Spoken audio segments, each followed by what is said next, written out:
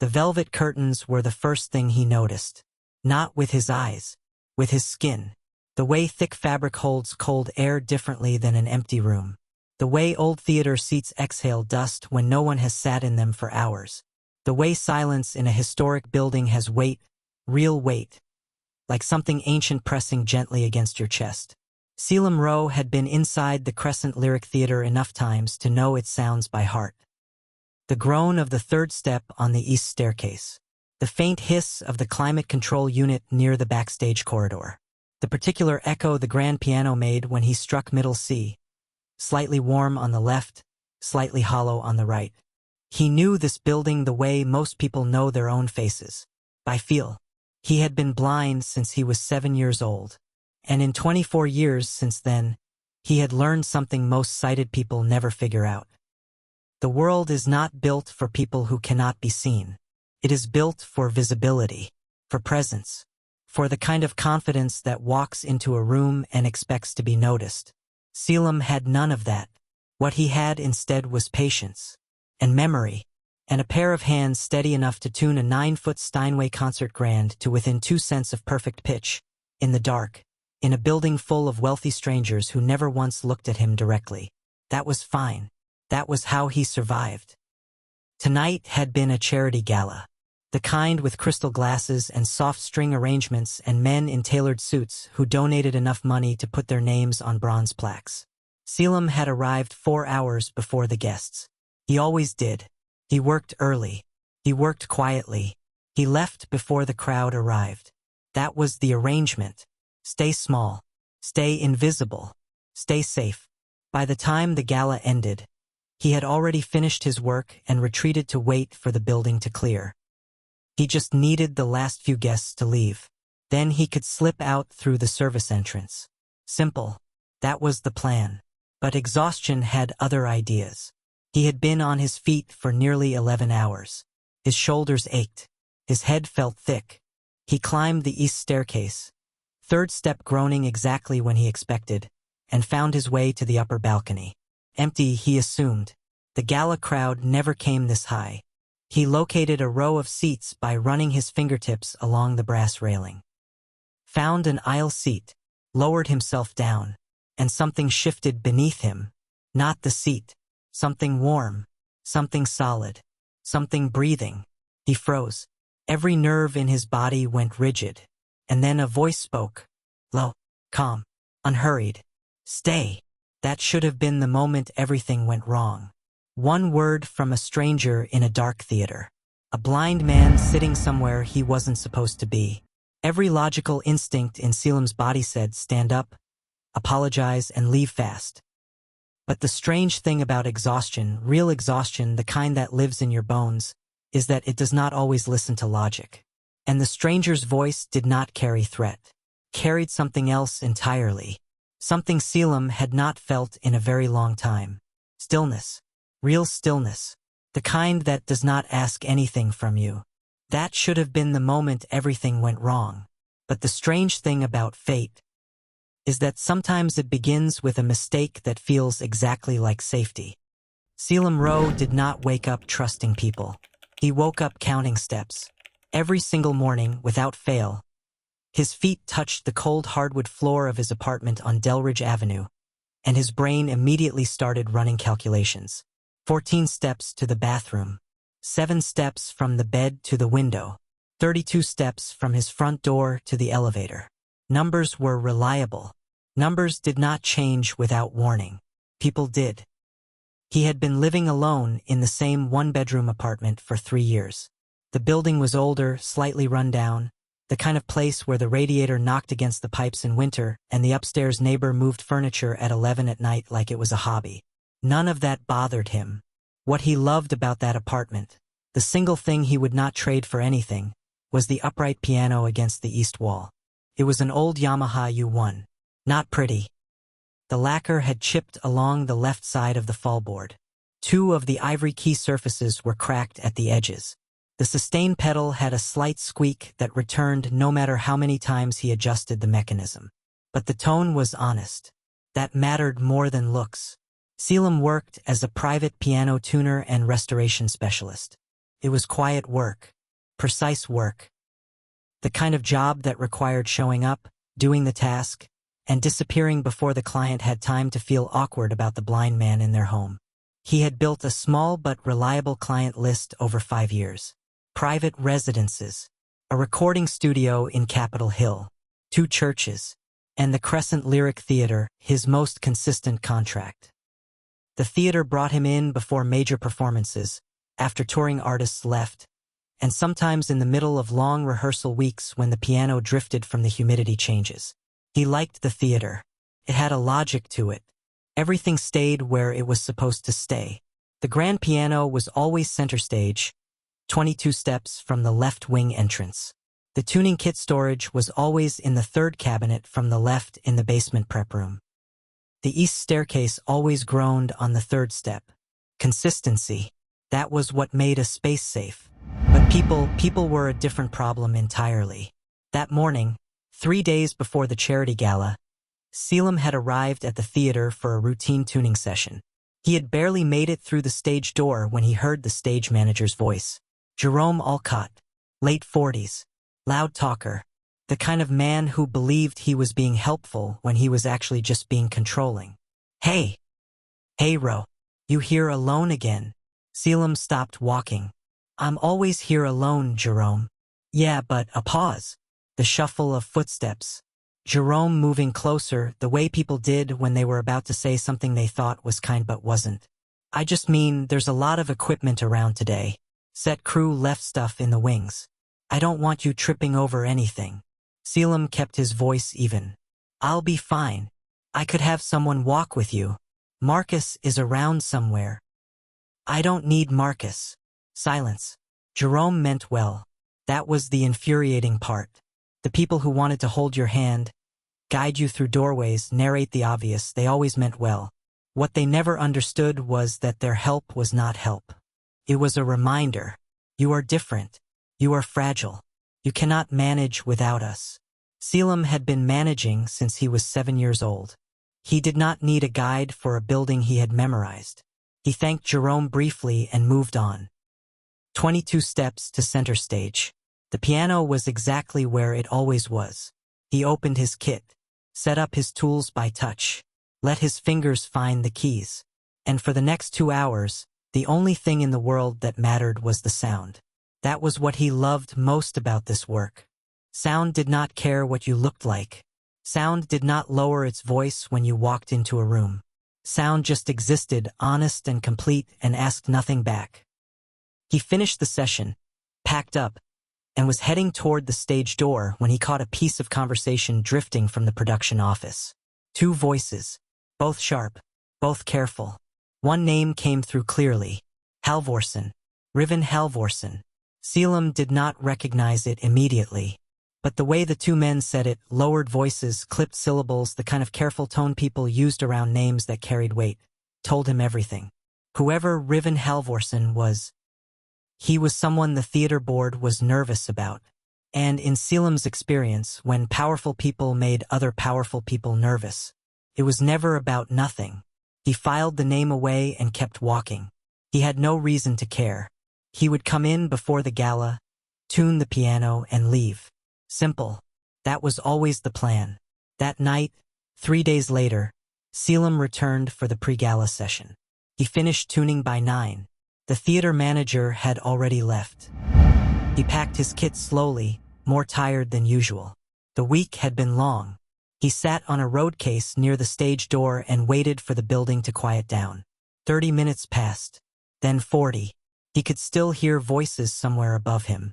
Board members, maybe, or the last of the gala guests. He decided to wait upstairs in the balcony, just until it was clear, just for a few minutes. He climbed the east staircase. 3rd step groaned. He found the balcony row by feel, located the aisle seat, reached for it, and sat, and felt the world shift beneath him in a way that had nothing to do with the seat. Then backstage, just below, he heard something that made his blood go cold. 2 security guards, their voices carrying up through the vents, arguing in tight, urgent whispers. He's still up there. He said not to disturb him, I know what he said, but the board members are asking. Then tell the board members to wait. A pause. You do understand who he is, right? Silence. Then the second voice again, quieter this time. Just leave him alone. Nobody goes up there tonight. Caelum sat very still. His hand gripped the armrest. He had already decided he would avoid the balcony. But his legs were already climbing the stairs again before his better judgment caught up. He was more tired than careful. And that was the mistake that changed everything.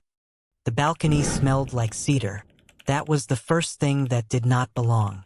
The Crescent Lyric Theater smelled like old wood and velvet and the faint chemical residue of stage cleaner. Cedar was not part of that. Cedar was new.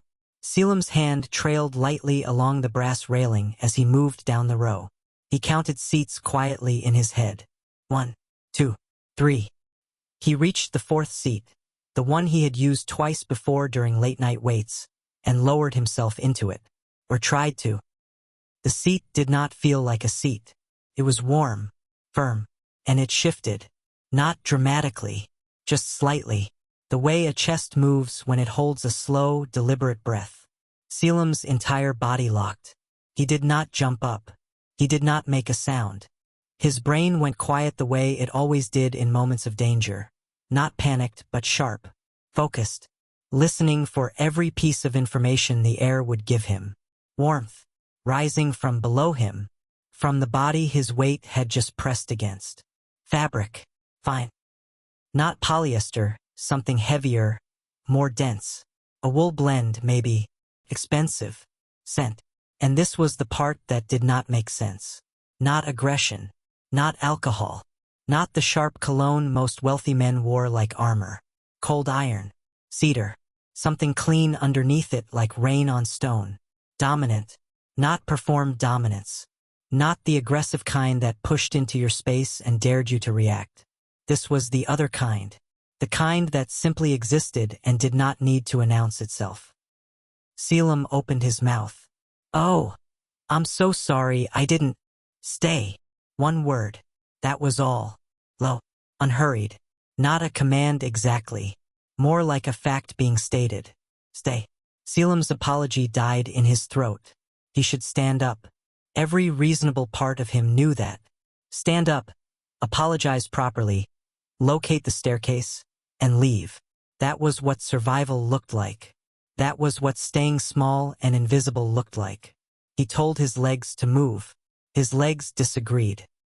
Because the truth was, he had been awake since 5 that morning. He had walked nearly 4 miles across the city. He had tuned the piano through 2 hours of noise and interruption. And he had been holding himself upright, careful, precise, controlled for every single hour since. And the warmth beneath him was not threatening. That was the part that made no sense. It was just steady, still. The way a building feels when it has been standing long enough to stop being bothered by the weather. A large hand settled gently on top of his head. Not gripping, not guiding, just resting. The weight of it was barely anything. Presence, an acknowledgement. And Caelum, who had not let anyone touch him without flinching in 3 years, did not flinch. Something inside him that had been braced for impact for 11 solid hours just let go. He did not decide to fall asleep. It simply happened. The way exhaustion sometimes bypasses every defense you have and takes what it needs. His breathing slowed. His shoulders dropped. And the last thing his conscious mind registered before going quiet was the sound of the theater breathing around him. Old wood settling, the distant hum of chandelier bulbs, and beneath him a heartbeat. Calm, measured, unbothered. He did not know how much time passed. He did not dream. He simply ceased to be on guard for a while. And when he surfaced again, slowly, the way you rise from deep water, the hand was still there. Still resting on his head. Still not demanding anything. He stirred, felt the full weight of what he had done crash into him. His face went hot. Did I fall asleep? His voice came out rougher than he intended. The embarrassment was immediate and total. He had fallen asleep. On a stranger. In a public building. The voice beneath him was just as even as before. Unhurried. like none of this had disturbed him at all. Yes. Caelum sat up carefully, immediately aware of numb limbs. His own and probably the stranger's too. I'm really sorry. I didn't know anyone was there. I use that seat sometimes when I'm waiting for the building to clear. I didn't hear you. He stood on unsteady legs, one hand on the seat back. Silence from the stranger.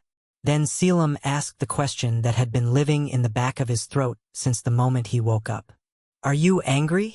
He waited, and the stranger was quiet for long enough that the question started to feel dangerous. Then, no, just that.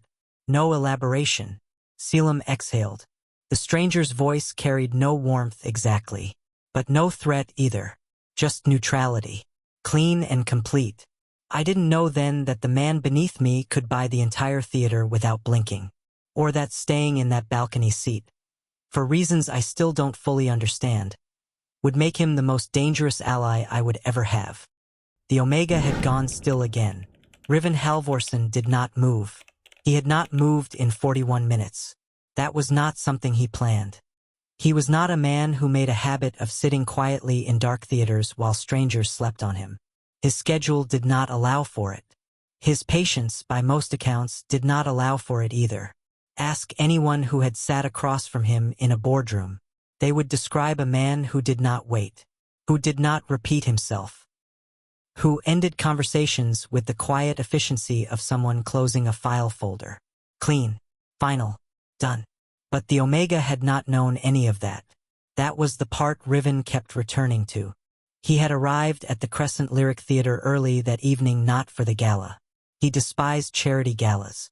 The food was decorative. The conversations were auditions. Every person in the room performing a version of themselves designed to attract funding or deflect scrutiny.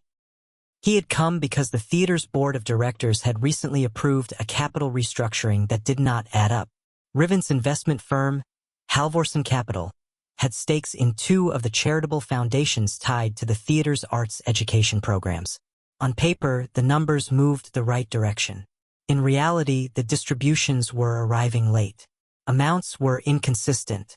He had flagged it internally 2 weeks ago. His legal team was already making calls.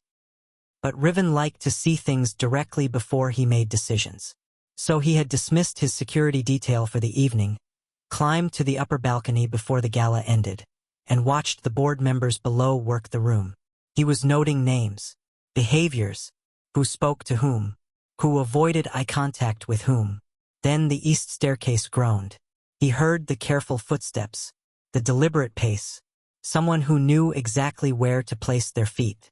He watched the figure move along the railing, fingers trailing lightly, head slightly tilted, attention focused inward rather than outward, and understood immediately.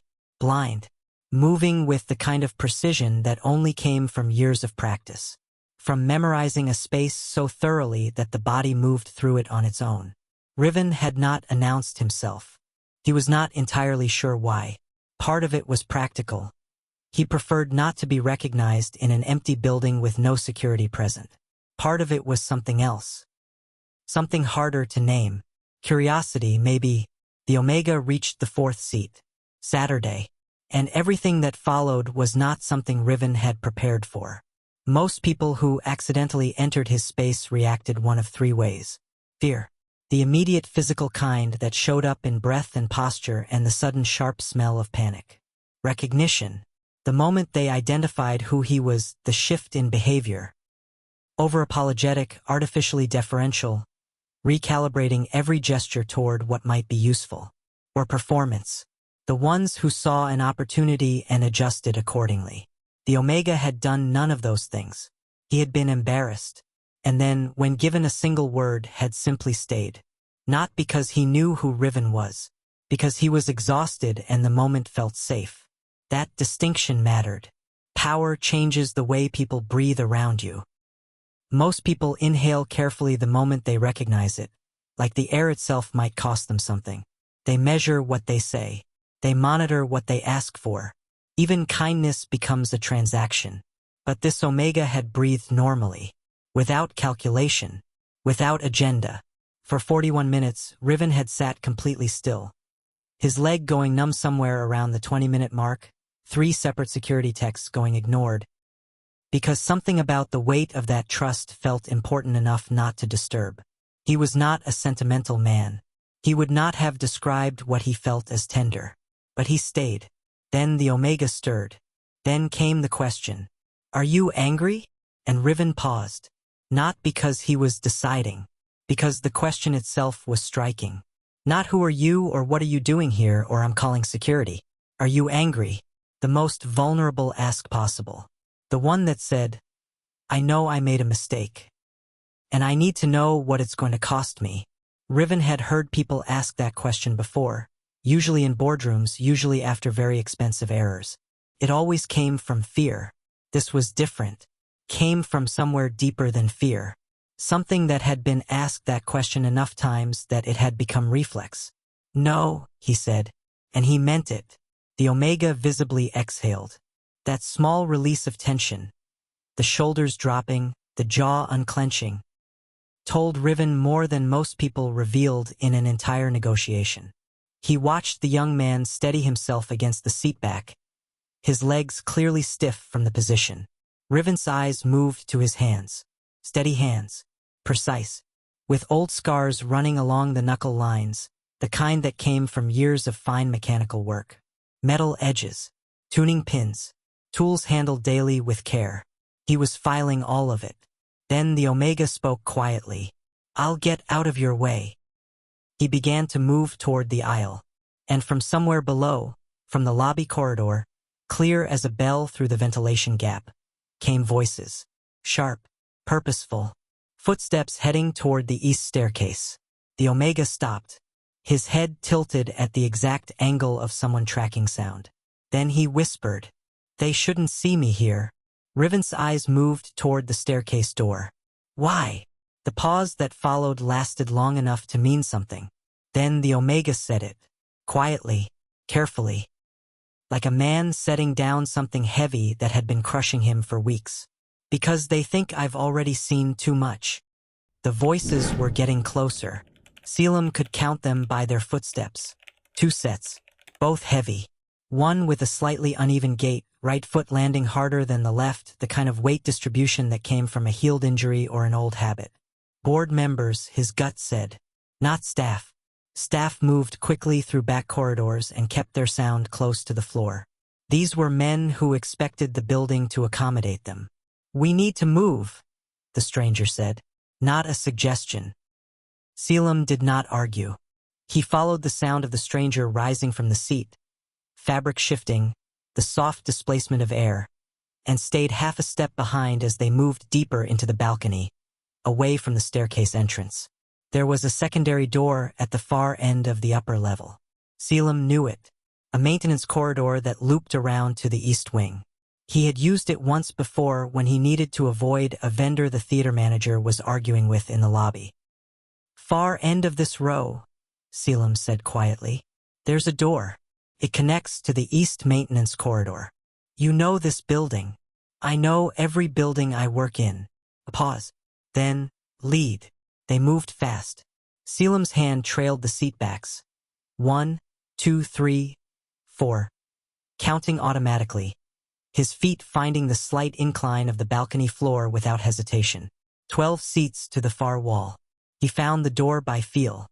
Old handle. Slightly sticky latch. He pressed it the right way. Firm, then slightly left, and it opened without sound. They stepped through. The corridor was narrow. The temperature dropped by several degrees. Above them, the old building hummed. The voices outside faded. Caelum let out a slow breath. Then his leg finally registered what it had been quietly reporting for the last several minutes. Numb. From the knee down, he shifted his weight, reached for the wall, and his balance went sideways. A hand caught his elbow. Firm. Immediate. The kind of steadiness that did not ask whether help was wanted. It simply appeared exactly where it needed to be. Caelum went still. The hand did not grip, did not guide him somewhere else. Just held the point of contact until his balance returned. "I'm fine," he said. Force of habit. "I know." The stranger released him. Caelum straightened. His face was hot again. Not from embarrassment this time. From something harder to identify. He had not had someone catch him in a very long time. Not because he fell often. He almost never did. But because most people, when they tried to help, grabbed. Or overcorrected. Or made it into something larger than it needed to be. This was none of that. Just a hand. At the right place. Gone the moment it wasn't needed. "Thank you," he said quietly. No response. They stood in the corridor. Somewhere below, the voices passed and continued moving away. Then the stranger spoke again. "Who are they to you?" Caelum considered the question. He could give the simple answer. "Board members. I work here sometimes. I don't want trouble." But that answer had not been true for 3 weeks. Not since the Tuesday afternoon in February when he had arrived at the theater early. Very early, before the rehearsal schedule said anyone would be there, and heard a conversation through the floor vent of the basement prep room that he was never supposed to hear. 2 men. Numbers. Not gala numbers. Not donation totals. Transfer amounts. Routing codes. The particular vocabulary of money being moved somewhere it was not supposed to go. He had stayed completely still for 14 minutes. By the end, he understood enough. Not everything, but enough. "I tune the piano here," he said carefully. "I've been doing it for 2 years. Sometimes when I arrive early, I hear things I'm not supposed to hear." The stranger said nothing, but his attention shifted. Caelum could feel it the way you feel a room change temperature. Something had sharpened on the other side of that silence. "What did you hear?" Caelum's jaw tightened. He had not told anyone. Not his contact at the theater. Not his one close friend, Omari, who kept asking why he had seemed tense for weeks. He had not told anyone because he did not know who was safe. And now he was standing in a maintenance corridor, in the dark, with a man he had accidentally fallen asleep on 20 minutes ago. A man whose name he still did not know. A man whose presence carried the unmistakable weight of someone accustomed to being the most powerful person in any room. He was probably not safe either. But the voices outside were still moving. And something about the way this man had said no, just that single word, no performance, no transaction, made Caelum's instincts quiet in a way they rarely did. "I don't know your name," he said. "Riven. Just the first name." Deliberate. Caelum nodded once. "Caelum." Another silence. Then, slowly, carefully, he said, "The board has been redirecting charitable funds. Not all of them, but a significant amount. I heard 2 men talking about account transfers. Routing numbers I didn't recognize. They mentioned a specific program by name. The Blind Music Access Grant. The one that covers instrument costs and instruction fees for students who can't afford them." His voice stayed even. But his hands, gripping lightly in front of him, tightened. "That program is the reason I became a piano tuner. It's how I got access to instruments when I was a kid. Without it, I would have had nothing." Silence stretched between them. Then Riven said very quietly, "How long ago did you hear this?" 3 weeks. "And you told no one." "I didn't know who I could trust." Another pause. Longer this time. And when Riven spoke again, his voice had changed slightly. Not warmer exactly, but weighted differently. "You still don't," he said. "But you should know. The people you're describing." He stopped. Below them, a door slammed. Footsteps moved fast. Then a voice, clear, cold, carrying the authority of someone who did not lower his volume for anyone, called out through the corridor system. "Riven Halvorsen. Building security confirms you're still on premises. The board is requesting your presence in the lower lobby." Caelum went very still. The name registered. Then it landed. Halvorsen. That was the name he had heard 3 days ago. In the clipped, careful voices of men who were clearly afraid of it. He turned slowly toward where Riven was standing. "You're Riven Halvorsen." Not a question. "Yes." Caelum's mind ran the information quickly. Billionaire. Investor. The kind of name attached to foundations, capital firms, and the sort of quiet influence that shaped entire industries without appearing in headlines. The kind of man the theater board would be terrified to have sitting in their building unattended. And suddenly the 41 minutes of stillness made a different kind of sense. He had not been annoyed. He had been watching. "You already knew about the funds," Caelum said. Not an accusation, just a fact being placed on the table. Riven's response was not immediate. When it came, it was measured. "I knew something was wrong. I didn't know what, or how deep." A pause. "Now I do." The announcement came again from below, closer this time. Riven moved toward the corridor door, then stopped. "Stay in this corridor until the lobby clears. The service exit on the ground floor east side opens from the inside without a key. Use it." Caelum nodded. Then, "Why are you helping me?" Riven did not answer right away. When he did, the words were simple. "Because the people who heard you overhear them are not going to assume you'll stay quiet forever." He pushed through the door and was gone. And Caelum stood alone in the cold corridor, the sound of his own heartbeat louder than anything else in the building. He replayed the last sentence, then replayed it again, and a very specific, very cold understanding settled over him. 3 weeks ago, he had overheard something he was not supposed to hear, and somewhere in the last 3 weeks, in the small, careful interactions he had barely registered, someone had started watching him back. He did not sleep that night. He lay in his apartment on Delridge Avenue and listened to the radiator knock against the pipes and ran through everything he had heard 3 weeks ago. Every word, every pause, every sound that surrounded those words. By 4 in the morning, he was sitting at the old Yamaha U1 with his hands resting on the closed fallboard. Not playing, just thinking. The money was real. He had always known that. He was not a man who doubted what his ears gave him. But the full shape of it, what it actually meant, had only come into focus tonight. The Seattle Arts Accessibility Coalition. That was the foundation those funds moved through. Caelum knew that name more personally than he had admitted to Riven in the corridor. At 9 years old, 2 years after losing his sight, he had been a furious, closed-off, completely isolated child who had lost the one thing that made the world navigable. His vision. His mother had been a housekeeper. Long hours, short money, no margin for extras. Music therapy was not an extra.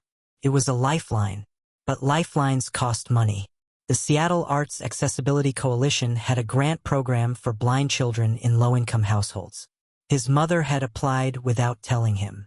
3 months later, he had a donated upright piano in the apartment living room and a tutor named Mr. Elias Purnell, who came twice a week and never once treated him like he was fragile. That program gave Caelum back a world. Not sight, a world.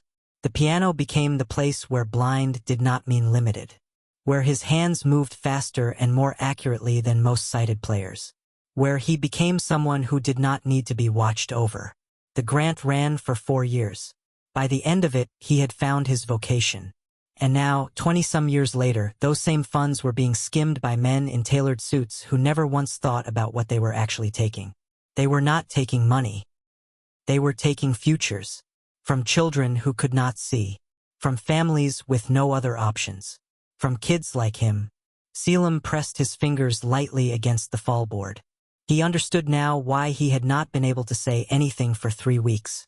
It was not just fear. It was something older than fear. The knowledge that people like him, blind, working class, invisible in spaces like that theater, did not win when they raised their voices against men like the ones he had overheard. They got managed, sidelined, their contracts quietly ended, their names quietly removed.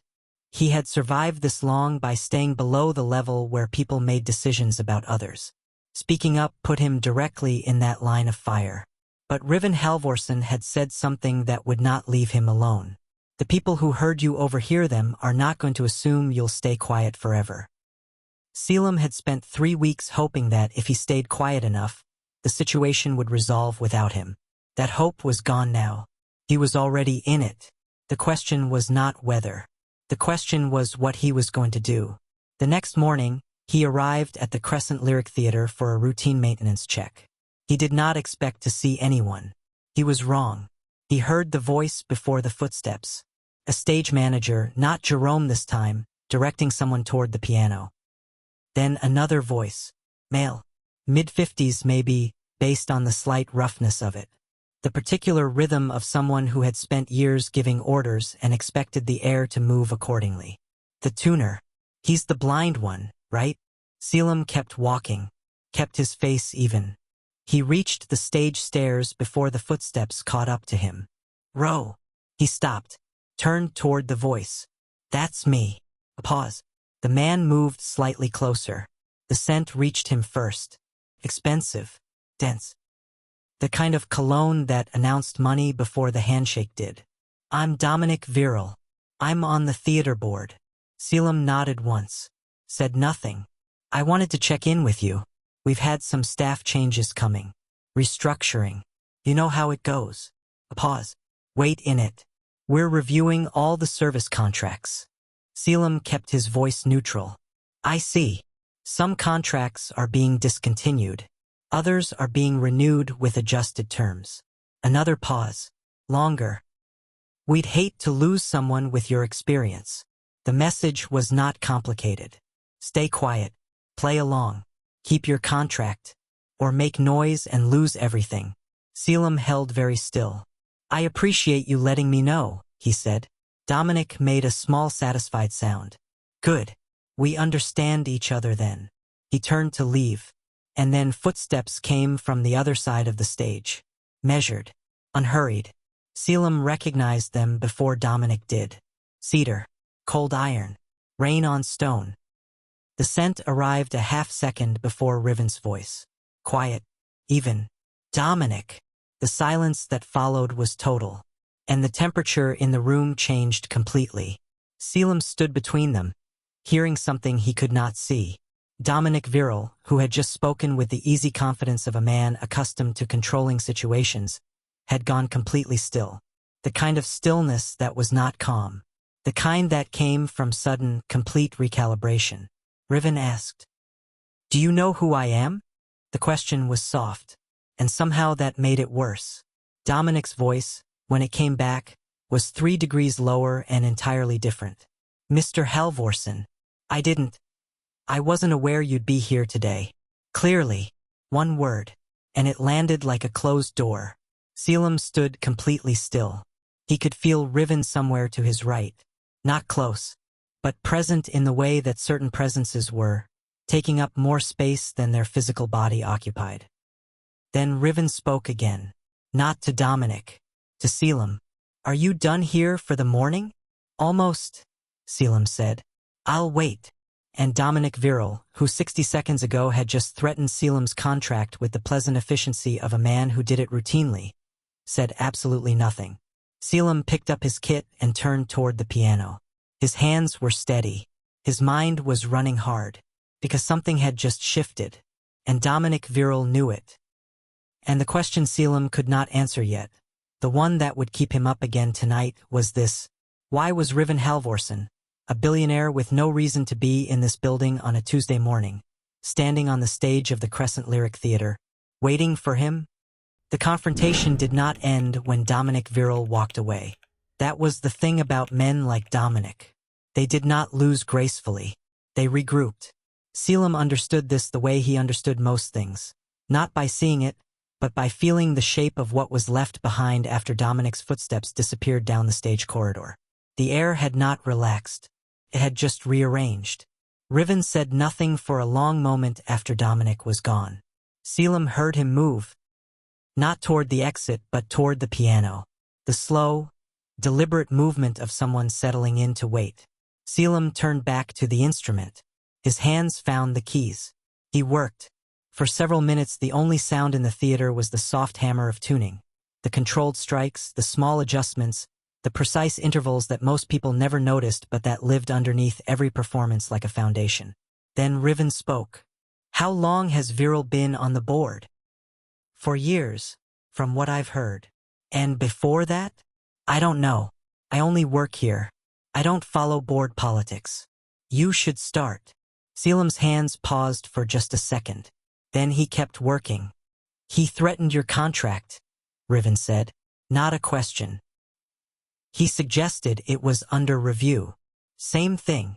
Caelum didn't answer, because it was the same thing, and they both knew it. The next morning, Caelum arrived at his apartment to find a missed call from the theater's administration office. He stood in his kitchen with his phone in his hand for a long time before playing the message. Contract review. Could he come in to discuss some scheduling adjustments? That was the language they used. Scheduling adjustments. He called Omari. Omari Desham was his closest friend. Loud, fiercely loyal, and constitutionally incapable of pretending things were fine when they were not. He answered on the second ring. Talk to me. Caelum told him everything. Not the version he had told Riven, the careful, measured version. The real one. With the details. With the 3 weeks of silence. With Dominic's voice that morning and the quiet, precise way it had carried its threat. Omari was quiet for a long time. That was unusual for him. Then Caelum. They've been watching you. I know. No, I mean specifically. I heard something last week. I didn't connect it then. A pause. The sound of him moving somewhere more private. Someone asked about you. At the Arts Coalition benefit I catered. One of the board associates. I didn't know his name then. Was asking the event coordinator about the theater's service contractors. Whether any of them had been on site during the February board sessions. Caelum's grip on the phone tightened. February. That was exactly when he had overheard the transfer discussion. They had not just started suspecting him. They had been quietly confirming it. For weeks. I should have told you sooner, Omari said. You didn't know it was connected. I should have. Omari. Caelum kept his voice even. It's done. What matters now is what I do next. He hung up, sat down at the kitchen table, thought for a long time, then pulled out his phone again and did something he had not done in 4 days. He called the number Riven had left with him in the maintenance corridor. It rang twice. I need to know how serious this is, Caelum said when the line connected. Riven's answer was immediate. More serious than you've assumed. Caelum closed his eyes. Tell me. A pause. Not over the phone. There's a coffee shop on 3rd Avenue. Kessler's. It opens at 7. Can you be there at 7:15? Yes. Come alone. I always come alone. He could not be certain, but for just a fraction of a second he thought he heard something shift in Riven's voice. Not quite a response to that. Just an acknowledgement of it. Like someone setting down a sentence they were not ready to finish yet. He was at Kessler's at 7:13. He found a corner table by following the scent of the coffee bar. Strong, dark roast, slightly over-extracted. The kind of small shop that had been using the same machine for 15 years. He sat, waited. At 7:17, the chair across from him was pulled out. Cedar, cold iron. You found it, Riven said. I find most things. Another pause. That slight, contained quality Riven's silences always carried. Like a man running more calculations than he was sharing. Then, Dominic Viral is not the top of this. Caelum's jaw tightened. Who is? 3 board members. 2 external financial associates. One of them has a direct connection to the firm I've been investigating for the last 8 months. A pause. When I came to the theater that night, I was watching Dominic because I thought he was the endpoint. He's not. He's a mid-level operator. And the money, the accessibility grants, have been short-funded for 2 fiscal years. The public numbers are correct. The distribution numbers are not. There is a gap of roughly $2.3 million spread across 3 foundations. Riven let that land. Then, one of which is the Seattle Arts Accessibility Coalition. $2.3 million. Caelum sat with that number. $2.3 million that was supposed to reach blind children and low-income art students. Gone. Redirected. While men in tailored suits attended charity galas and had their names engraved on bronze plaques. His hands were flat on the table. He kept them there deliberately. What do you need from me? He said. What you heard in February. Specific. Every word you remember. Caelum started talking. He went through it carefully. The 2 voices, the account references, the routing terminology, the specific name of the program they had mentioned. Riven did not interrupt, did not redirect, just listened with the kind of attention that had weight to it, the kind that told you every word was being filed somewhere it would be used. When Caelum finished, the table was quiet. Then Riven said, "You have a good memory. I have nothing else to rely on." The words came out before he decided to say them. He did not take them back, because they were true, and because something about the particular quality of this man's attention made the truth feel less like exposure and more like clarity. Riven was quiet for a moment. Then he said, more carefully than anything he had said yet, "I'm going to need you to trust me." Caelum turned that over. Thought about what trust had cost him before. Thought about what silence was costing children right now. He said, "Tell me one thing first." "What?" "Why did you stay still for 41 minutes in that balcony instead of waking me up?" The pause was long, genuinely long, the kind that answered its own question before the words did. Riven said quietly, "Because you weren't afraid of me." Caelum let that settle. Then, "Okay." One word. But it opened something. He just did not know yet how far that opening went. 2 days later, Dominic Viral's associate called the theater administration office and formally recommended discontinuing Caelum's contract. The recommendation was filed, processed, and then 12 hours later quietly reversed. No explanation was given to the administration staff.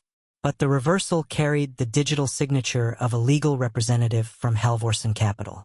Caelum did not learn this until later, but Dominic Viral learned it immediately. And what he did next was not retreat. It was escalation. Dominic Viral was not a man who frightened easily. He had been on the theater board for 4 years. Before that, a decade in private equity. Before that, 2 years running shadow accounts for a regional investment group that no longer existed under its original name. He understood how power worked. You applied pressure. You watched what bent.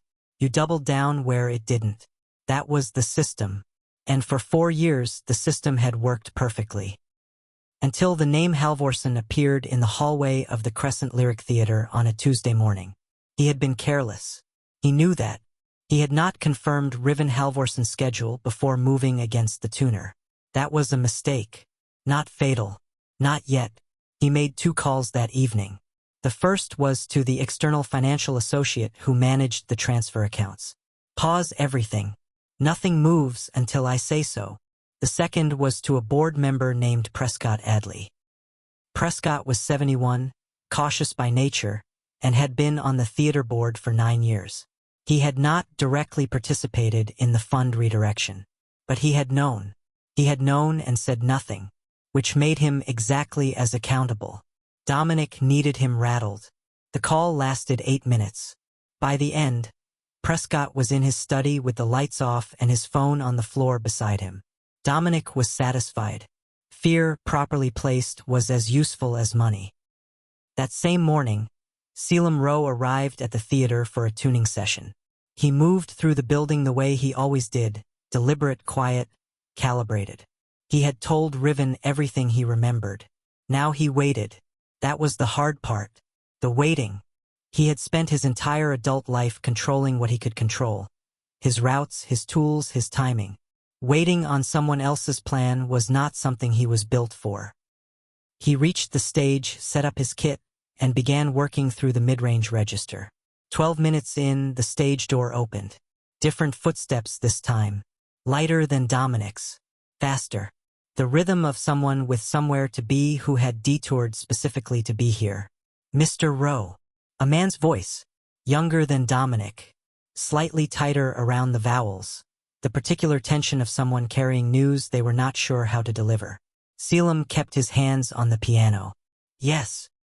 My name is Fenwick Osei. I work with the theater's legal administration." A pause. "There's been a development regarding your service contract." Caelum turned. "What kind of development?"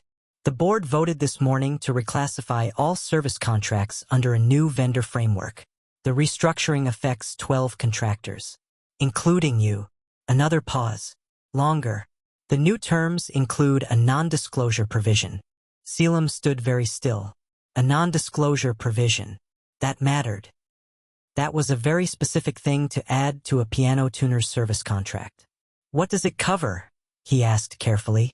Fenwick's answer was clipped, practiced, standard language, confidentiality of operational information encountered during on-site work, financial details, internal communications, that type of thing.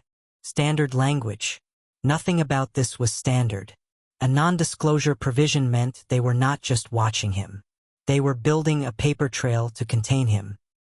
If he signed, anything he had already heard would be legally complicated to report. If he did not sign, they had grounds to remove him without it looking retaliatory. It was clean, well-constructed, the kind of move that had been thought through by someone with legal experience. Fenwick set a document on the piano bench.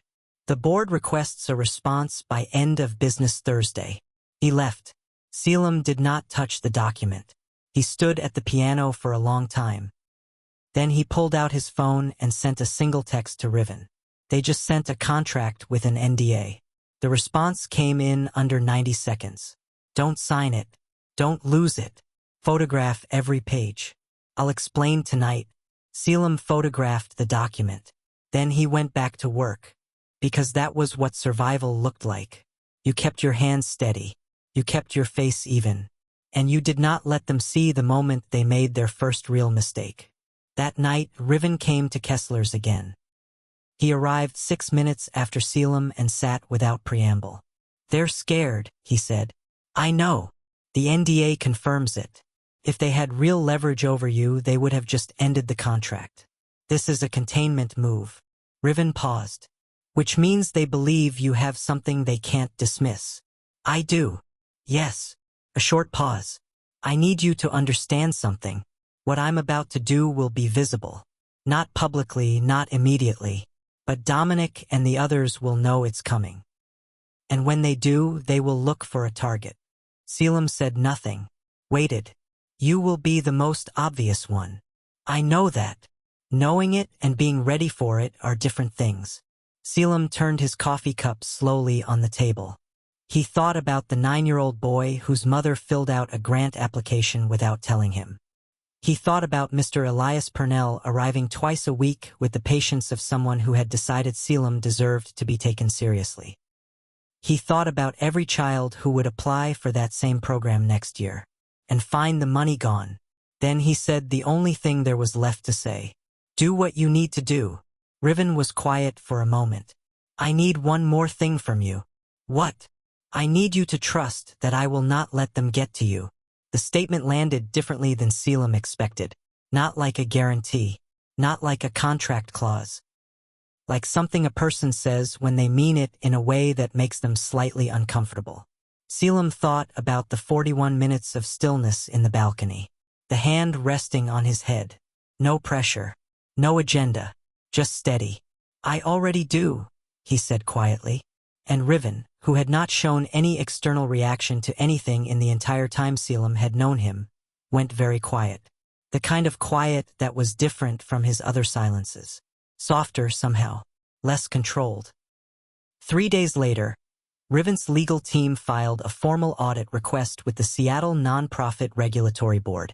Not public. Not announced. Just a quiet, precisely worded document that activated a process most board members had not considered possible. Prescott Adley's phone rang at 6 in the morning. Dominic Viral's attorney called him at 6:15. And by 8 o'clock, the theater's financial administrator, a man named Trayvon Mayfield who had quietly cooperated with the fund misdirection because he believed he had no other choice, walked into a law office on Fifth Avenue and asked for protection in exchange for full cooperation. Caelum did not know any of this yet. He was at the theater, tuning the piano, when his phone vibrated with a message from Riven. 3 words. It has started. The rain came back in April. Seattle rain. The particular kind, soft, persistent, completely unbothered by the existence of umbrellas. Caelum stood at the east entrance of the Crescent Lyric Theater on the first Tuesday of that month and heard something he had not heard before. Children. Inside the building. He paused at the door, counted voices. 7 at least. Young. Some nervous. Some excited. The particular energy of kids who have been told they are going somewhere important and are not entirely sure what that means yet. He pushed through the door. The sounds reached him fully then. Footsteps that moved carefully, some of them with the deliberate, mapped confidence that he recognized immediately. The sound of white canes on the old hardwood floor. He stood in the lobby and just listened. A coordinator's voice. A woman named Priya, from the coalition's program staff, whom he had spoken to twice on the phone, was guiding the group through the space, describing the chandelier above them, describing the velvet curtains. One boy asked if he could touch the piano. Priya said yes. Caelum moved toward the sound of small footsteps. He reached the stage entrance, came around the left side, and found the boy already at the piano. Hands on the keys, not pressing, just resting. Feeling the weight of the instrument. 11 years old, Caelum guessed by the height. "You have to press them," Caelum said quietly. "Otherwise it doesn't know you're there." The boy pressed one key. Middle C. The note rang out in the empty theater, rich and clean. The piano had been tuned 3 days ago for a rehearsal and had held its pitch almost perfectly. The boy said nothing, but his hands spread slightly across the keys, testing the width, memorizing the geography. Caelum said, "It's 8 keys from one end to the other. You'll reach more of them every year." The boy pressed another key, then another. Caelum stepped back. Let him have the space. The funding had cleared 6 weeks ahead of the projected timeline. Riven's legal team had moved faster than predicted, and the interim support from the Halvorsen Foundation had kept the critical applications from expiring. 14 students were in the first reinstated cohort of the Blind Music Access Grant. This boy was one of them. $2.3 million. It was not all recovered yet. The legal proceedings were still moving, but enough had been frozen and partially redirected to restart the programs while the formal recovery process continued. Enough was a word Caelum was still learning to make peace with, because the harm had been real. 2 fiscal years of students who had applied and waited and eventually stopped waiting. Students who had not been in this building, who had not pressed middle C on a 9-foot Steinway and felt the room respond. That was not fixable by paperwork. But the machine, properly activated, did not stop. That mattered.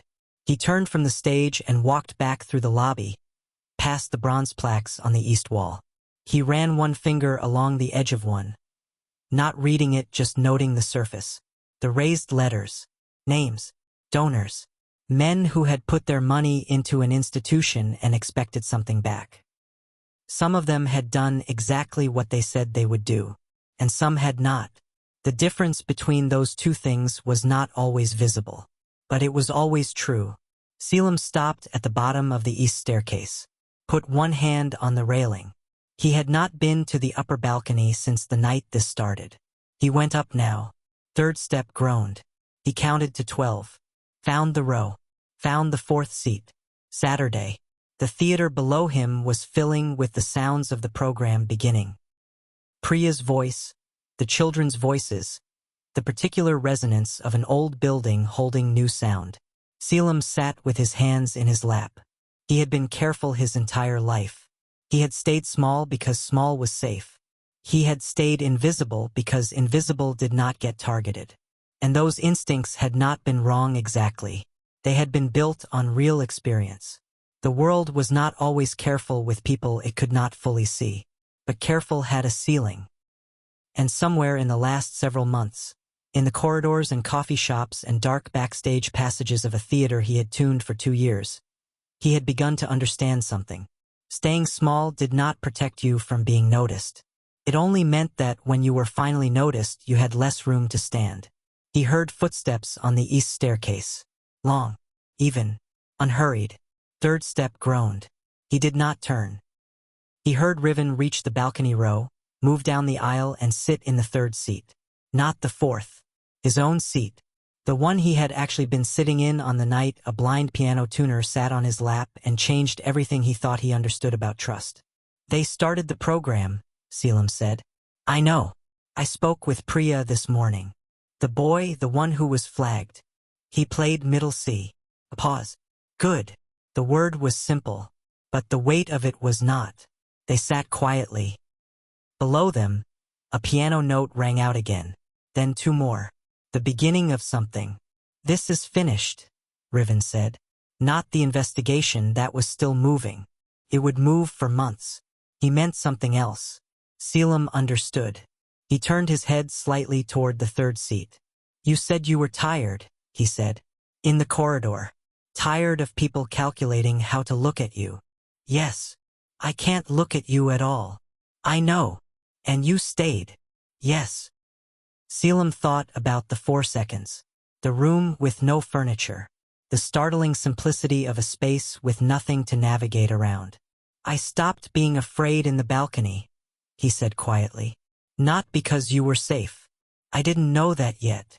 He paused. Because for the first time in a long time, being still didn't feel like hiding. Riven said nothing for a moment.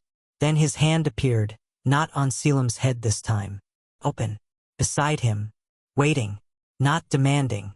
Just present. Caelum looked at it. Not with his eyes, but with the particular attention his other senses had been honing for 24 years. The slight warmth. The controlled steadiness. The absence of performance. He placed his hand over it. Neither of them moved. Below them, a child pressed a piano key and held it down until the note faded completely. The theater held the silence for just a moment. Then the next note came, and Riven said quietly, finally, the answer to a question that had been waiting since a cold corridor 3 months ago. "Because you were the first person in a very long time who made me want to be worth trusting." Caelum did not respond immediately. He let the words settle the way a piano note settles, ringing through the space until the air around it finally goes still. Then he said, "You were." 2 words, past tense carrying present meaning. The theater was alive below them. Sound filling the old wood and velvet and stage dust. Children learning to find middle C. The beginning of what could not be taken back. And above it all, 2 men sitting in the upper balcony of the Crescent Lyric Theater. One of them having spent 24 years learning to navigate a world that was not built for him. One of them having spent 20 years learning to inhabit power in a way that left no room for anything else. Both of them finally sitting still, not hiding, not performing, just present, in the same space, at the same time, by choice. The strange thing about that night, the one that started all of it, was not the accident. It was never the accident. The strange thing was what the accident revealed. That safety is not the absence of danger. That trust is not the absence of risk. And that sometimes the most powerful thing a person can do is sit still long enough for something real to find them. 3 weeks later, Dominic made his last move. Not in a boardroom. Not through an attorney. He walked into the Crescent Lyric Theater on a Thursday afternoon 30 minutes before a scheduled rehearsal and requested an emergency meeting with the remaining board members. No prior notice. No agenda submitted. Just a man who had been removed from his position walking back through the door, as if removal were a suggestion rather than a fact. Security called the board chair immediately. The board chair called Riven. Riven was already on his way. Caelum was in the basement prep room when he heard the commotion. Voices upstairs. Multiple sets of footsteps, all moving toward the same place. He packed his tools slowly, methodically, the way he always did. Then he stood up. He was not going to wait in the basement. He climbed the east staircase, third step groaning exactly as always, and came out into the backstage corridor. From there, through the ventilation gap above the stage door, he could hear everything in the main hall. Dominic's voice first. No longer careful. No longer calibrated. The kind of voice a man uses when he has decided that volume is the last tool available. "You have no standing to freeze these accounts. The documentation your legal team submitted is based on the testimony of one contractor who is backed by full regulatory filing." Riven's voice. Even. Quiet. The way a wall is quiet. "The testimony is circumstantial. The wire transfer records are not circumstantial." A pause. "The routing documentation Trayvon Mayfield submitted under regulatory protection is not circumstantial." The gap between the public distribution numbers and the actual disbursement records is not circumstantial. Another pause. What is circumstantial is your continued presence in this building. Silence. Caelum stood very still in the corridor. Dominic's next sentence came out lower, tighter. I built relationships in this organization for 4 years. I brought in funding that kept this theater operational. You come in here with 9 months of due diligence and you think you understand. I understand that $2.3 million designated for blind music students did not reach them. Riven's voice did not rise, did not sharpen, stayed exactly the same. I understand that the Seattle Arts Accessibility Coalition showed a 41% reduction in grant disbursements over 2 fiscal years, while your associated foundations reported full funding compliance. A beat. I understand that Prescott Adley has already submitted a complete written account, and that the regulatory board has opened a formal recovery proceeding. Dominic said nothing. The silence was different now. Not calculating. Just empty. You have 2 options, Riven said. Your attorney has already been given both in writing. I suggest you call him before you say anything further in this room. A long pause. Caelum heard it. The particular sound of a man who has been running one direction his entire life suddenly finding no more road. Then Dominic's footsteps, moving toward the exit. Not fast, not slow.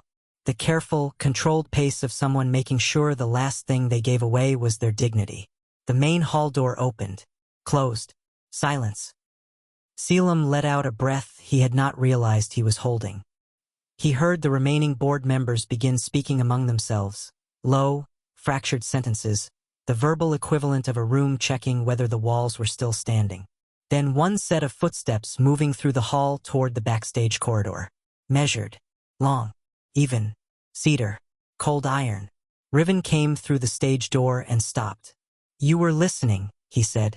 I was in the corridor, Caelum said. A pause. Same thing. Yes. Riven leaned against the wall near the door. Neither of them spoke for a moment. Then Caelum said, he's going to fight it. The legal proceedings. Yes. It won't be clean. No. But it won't stop. No, Riven said. It won't stop. That mattered. That was what justice actually looked like, Caelum thought. Not a door slamming. Not a dramatic confession. Just a system that, when properly activated, did not reverse. Quiet. Persistent. Unstoppable. Like rain that had decided to stay. They stood in the corridor.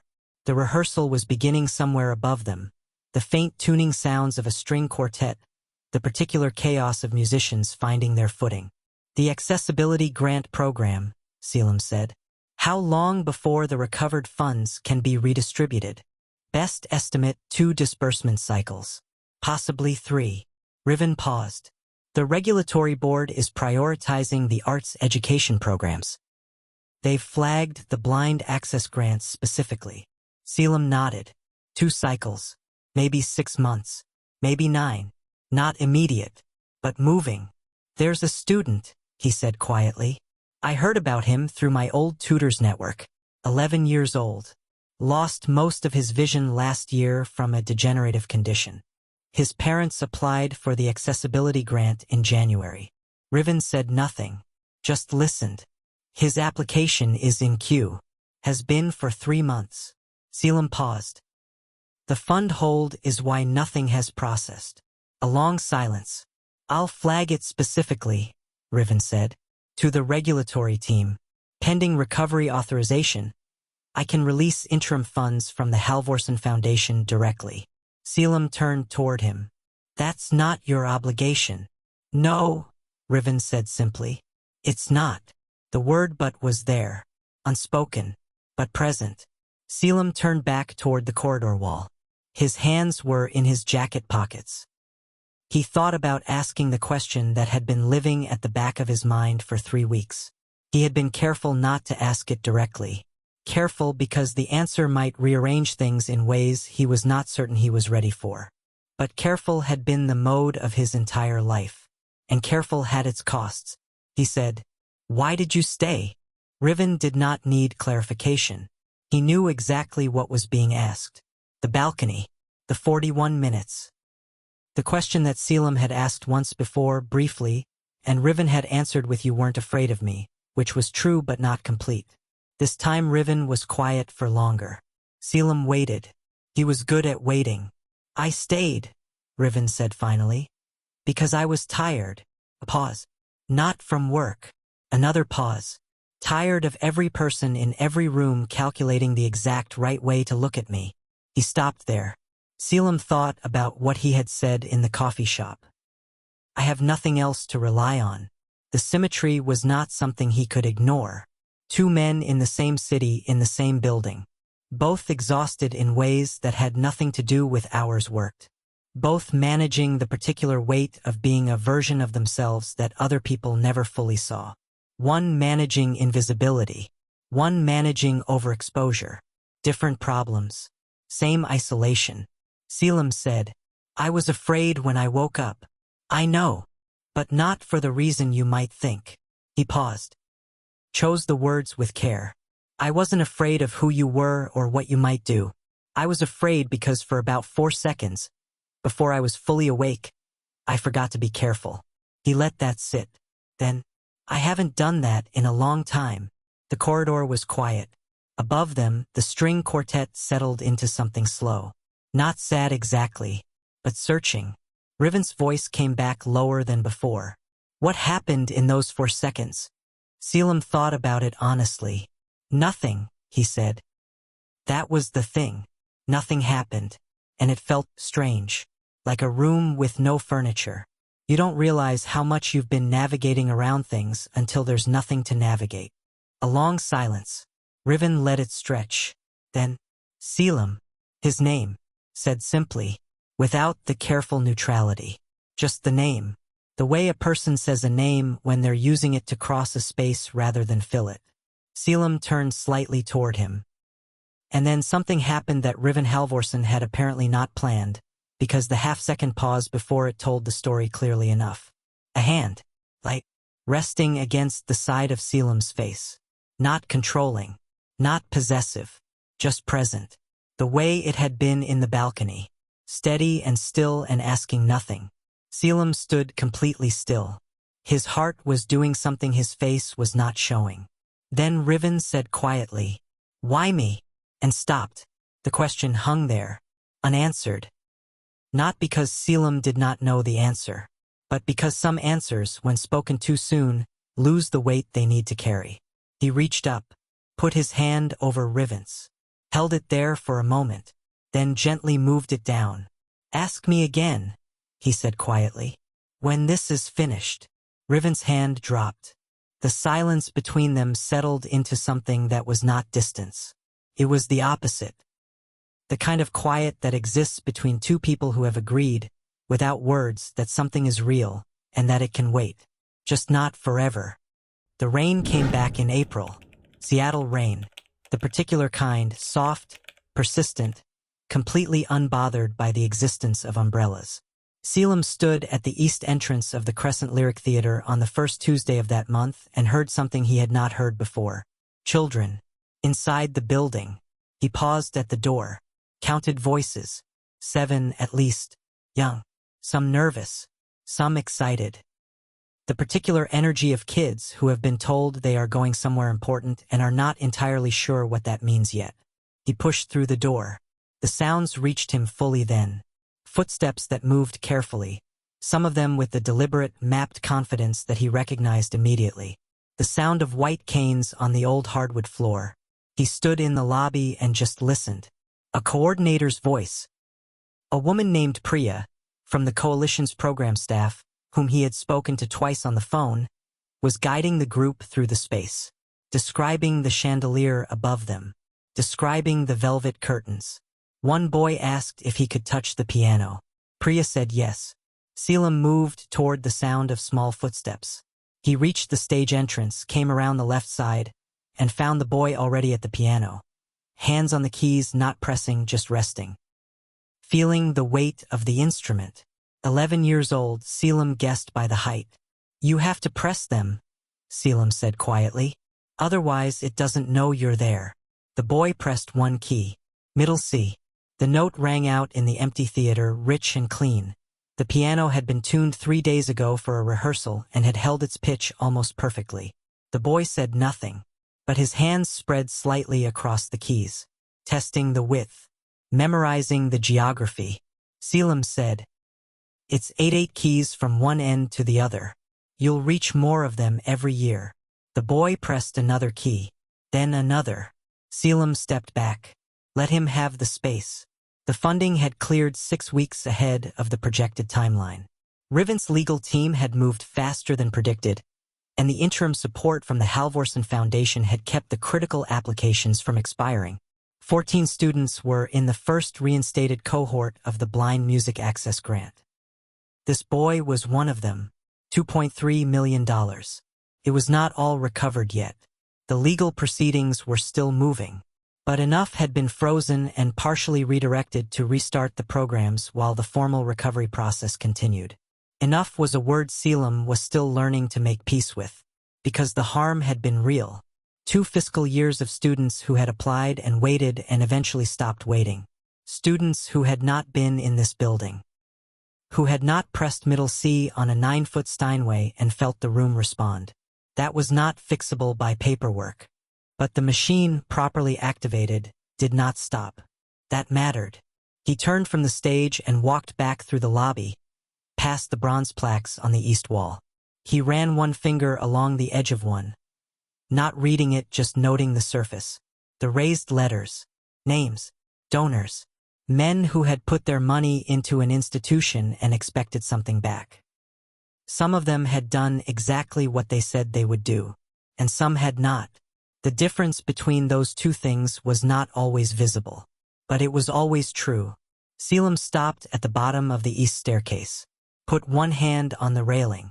He had not been to the upper balcony since the night this started. He went up now. 3rd step, groaned. He counted to 12. Found the row. Found the 4th seat. Saturday. The theater below him was filling with the sounds of the program beginning.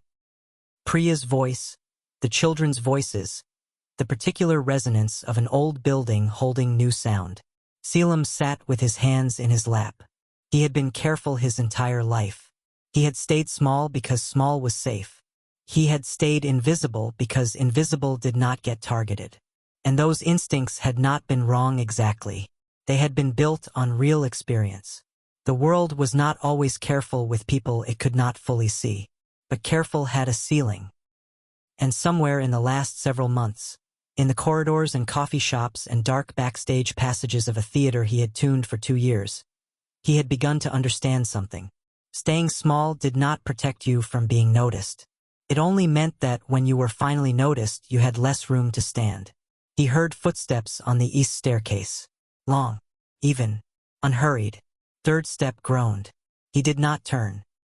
He heard Riven reach the balcony row, move down the aisle and sit in the 3rd seat. Not the 4th. His own seat. The one he had actually been sitting in on the night a blind piano tuner sat on his lap and changed everything he thought he understood about trust. They started the program, Caelum said. I know. I spoke with Priya this morning. The boy, the one who was flagged. He played middle C. A pause. Good. The word was simple, but the weight of it was not. They sat quietly. Below them, a piano note rang out again. Then 2 more. The beginning of something. This is finished, Riven said. Not the investigation, that was still moving. It would move for months. He meant something else. Caelum understood. He turned his head slightly toward the 3rd seat. You said you were tired, he said. In the corridor. Tired of people calculating how to look at you. Yes. I can't look at you at all. I know. And you stayed. Yes. Caelum thought about the 4 seconds. The room with no furniture. The startling simplicity of a space with nothing to navigate around. I stopped being afraid in the balcony, he said quietly. Not because you were safe. I didn't know that yet. He paused. Because for the first time in a long time, being still didn't feel like hiding. Riven said nothing for a moment. Then his hand appeared, not on Caelum's head this time. Open. Beside him. Waiting. Not demanding, just present. Caelum looked at it. Not with his eyes, but with the particular attention his other senses had been honing for 24 years. The slight warmth, the controlled steadiness, the absence of performance. He placed his hand over it. Neither of them moved. Below them, a child pressed a piano key and held it down until the note faded completely. The theater held the silence for just a moment. Then the next note came, and Riven said quietly, finally, the answer to a question that had been waiting since a cold corridor 3 months ago. Because you were the first person in a very long time who made me want to be worth trusting. Caelum did not respond immediately. He let the words settle the way a piano note settles, ringing through the space until the air around it finally goes still. Then he said, "You were." 2 words, past tense carrying present meaning. The theater was alive below them. Sound filling the old wood and velvet and stage dust. Children learning to find middle C. The beginning of what could not be taken back. And above it all, 2 men sitting in the upper balcony of the Crescent Lyric Theater. One of them having spent 24 years learning to navigate a world that was not built for him. One of them having spent 20 years learning to inhabit power in a way that left no room for anything else. Both of them finally sitting still, not hiding, not performing, just present, in the same space, at the same time, by choice. The strange thing about that night, the one that started all of it, was not the accident. It was never the accident. The strange thing was what the accident revealed. That safety is not the absence of danger. That trust is not the absence of risk. And that sometimes the most powerful thing a person can do is sit still long enough for something real to find them,